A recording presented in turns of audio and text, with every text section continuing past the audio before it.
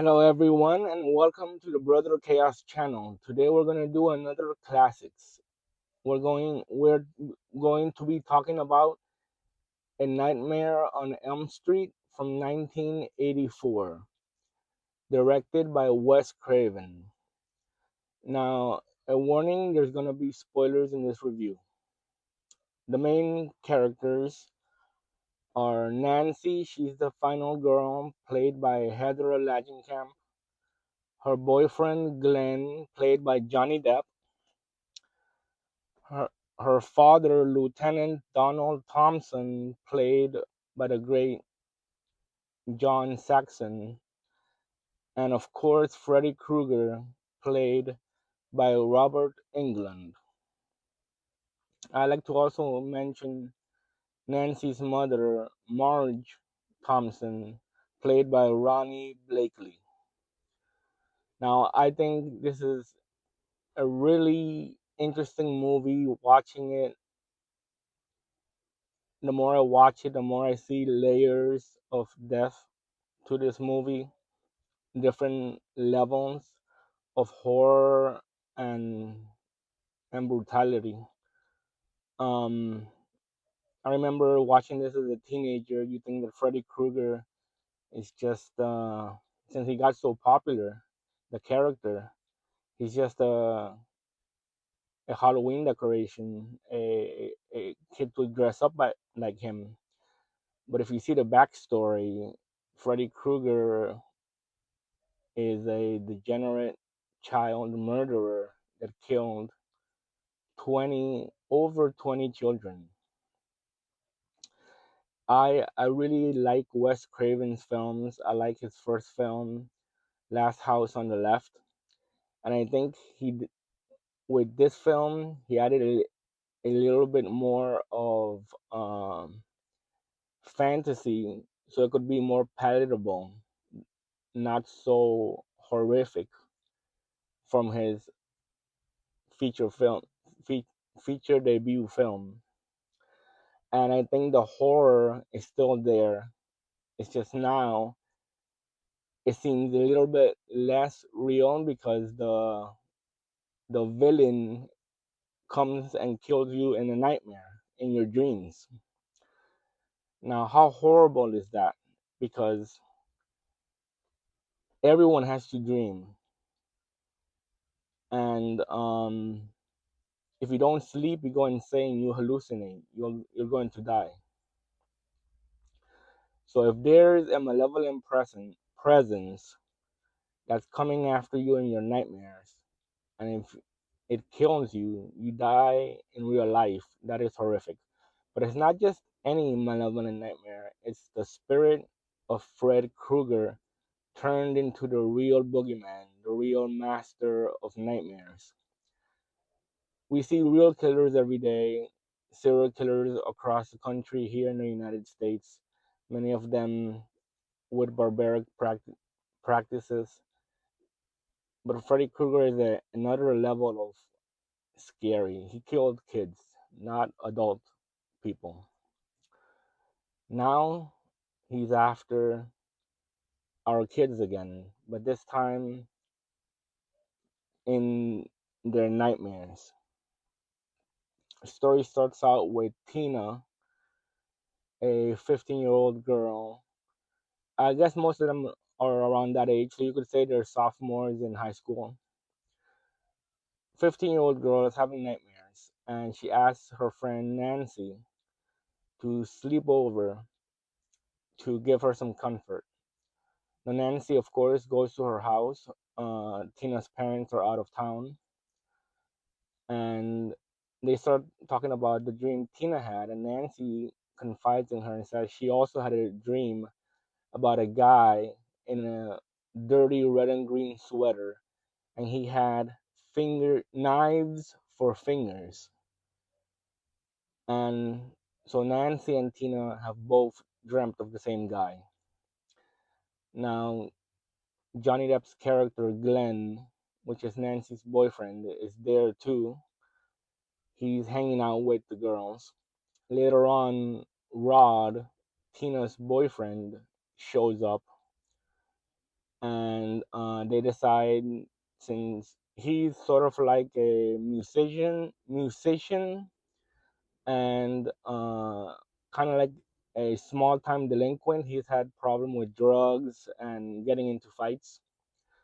So when what ends up happening is Tina is killed by Freddy Krueger that night after she slept with her boyfriend Rod. Tina's death is interesting because Rod sees what's happening to her, but at that point Tina is dreaming, having a nightmare, and Rod is awake, and he sees violent struggle under the sheets. So he pops out of bed, and he sees four cuts across Tina's abdomen, Freddy's glove, and he gets frightened and screaming. Obviously, anyone would. And Tina is lifted up into the air. That's what he sees, and she's pretty much slashed and killed before Rod's eyes. He gets scared. He flees out the window barefoot and goes in hiding because he knows that nobody's gonna believe this crazy story that someone killed Tina when the door was locked. Nancy and Glenn were in the house downstairs, and so who else could have gotten into the bedroom? So it so happens that the next day, Nancy is going to school, and her father, Lieutenant Thompson, Donald Thompson, has someone following her. And Rod comes out of the bushes and approaches Nancy and tells her, "No, no, I'm not gonna hurt you, but I didn't do it. There was someone else there in the room. I didn't do it." And at that same moment, uh, Lieutenant Thompson shows up, and they arrest Rod and take him to jail. In one of her nightmares, Nancy goes to the prison to see Rod, and Freddy Krueger's there. So when she wakes up the next day, actually I believe it was that same night. Yes, that same night, she goes to the police station and says that Rod's in danger. So and her father is there, Lieutenant Thompson. So they go and check on him, and it looks like he's hung himself with the bed sheets. And we see earlier that he didn't do it. It was Freddy Krueger that killed him by making it look like a suicide.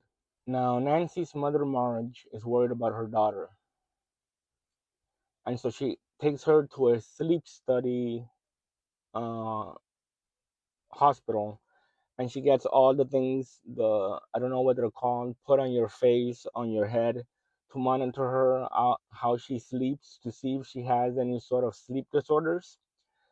And that night, they're watching her through a window, the doctor and Marge, and she has a nightmare, and a crazy nightmare. The numbers skyrocket on the computer. So they go wake her up, and you know what happens? It turns out she pulled the hat off of Freddy Krueger's head and brought it into real life. So now she knows that this is possible. So now she has a new plan. She she confides in her boyfriend Glenn and tells her she plans on bringing Fred Krueger out of her nightmare into real life and pretty much kill him or have her father arrest him. Glenn was supposed to be originally the person to grab, attack and arrest, call the police on Fred Krueger once Nancy brought him out of her dream, because Freddy Krueger is targeting her at this moment specifically. But Glenn's parents screw up the whole thing. To make a long story short, Fred Krueger doesn't kill Glenn that night, and it's a silly kind of violent death. I consider it because Glenn falls down into his bed as a hole, and a geyser of blood shoots out from the bed up into the ceiling. And I don't know what happened to his body. It doesn't You don't see what Freddy Krueger did to him. I don't even know if there was a body, but I don't know what happened there. That is a little bit of more fantastic element. Marge confides in her daughter Nancy and tells her about Fred Krueger, that he was a child murderer and he was arrested, and there was a mistake on a invalid search warrant, so he got released pretty much by a loophole. And the parents decided to take vigilante justice. And so when they found Fred Krueger in the boiler room where he used to take his kids, they set the place on fire and pretty much killed him that way. And you see that Marge kept Fred Krueger's finger-knives glove, and she shows it to her daughter Nancy. So she says, "Look, we killed him. It's not possible that he came back. He's dead."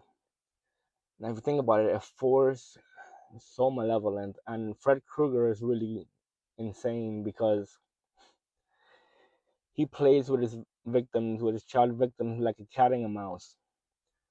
He taunts them.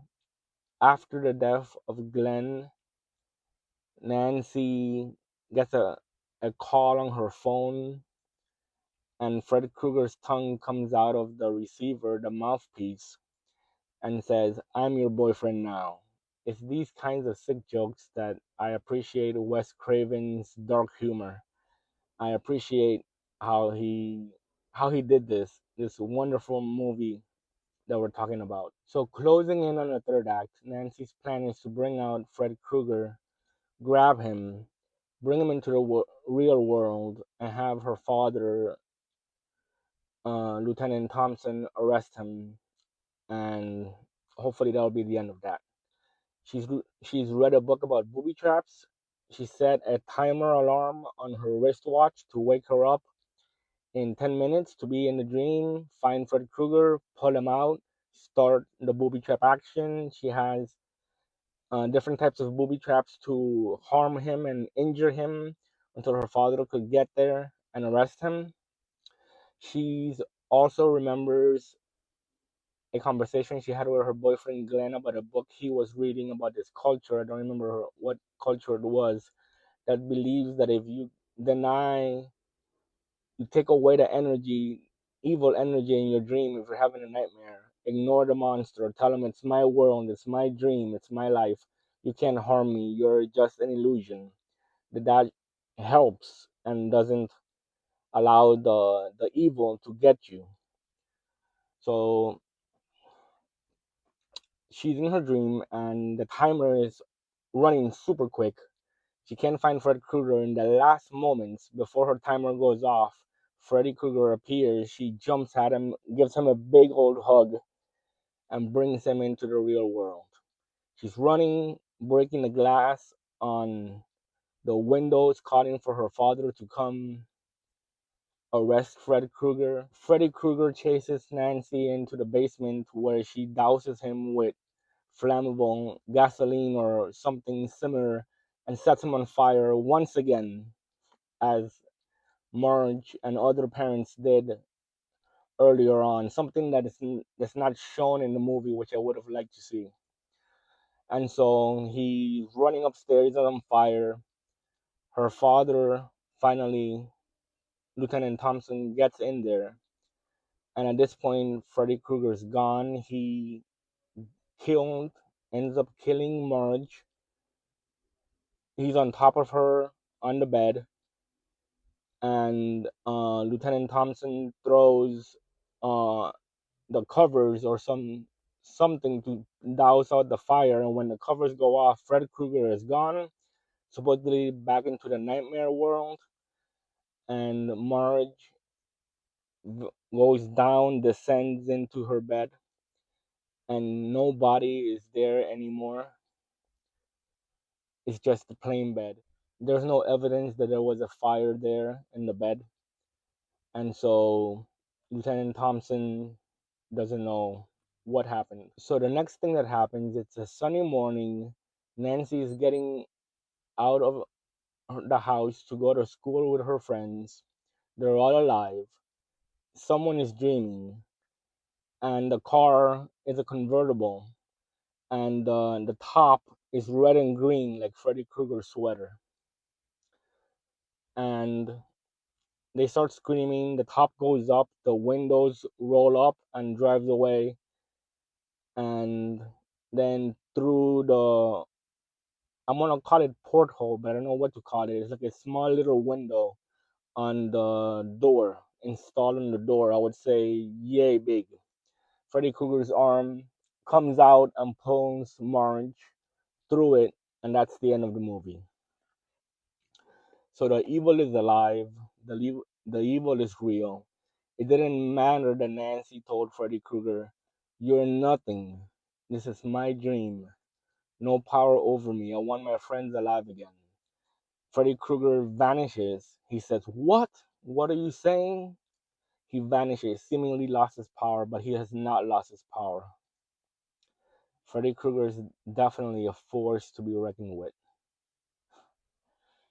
This movie was so darn good.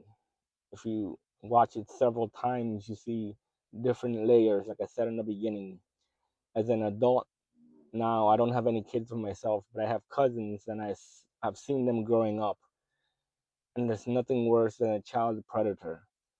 And when this thing, supposedly you've killed it, you've done justice to the situation, comes back to harm you, to harm your kids, awful, awful stuff.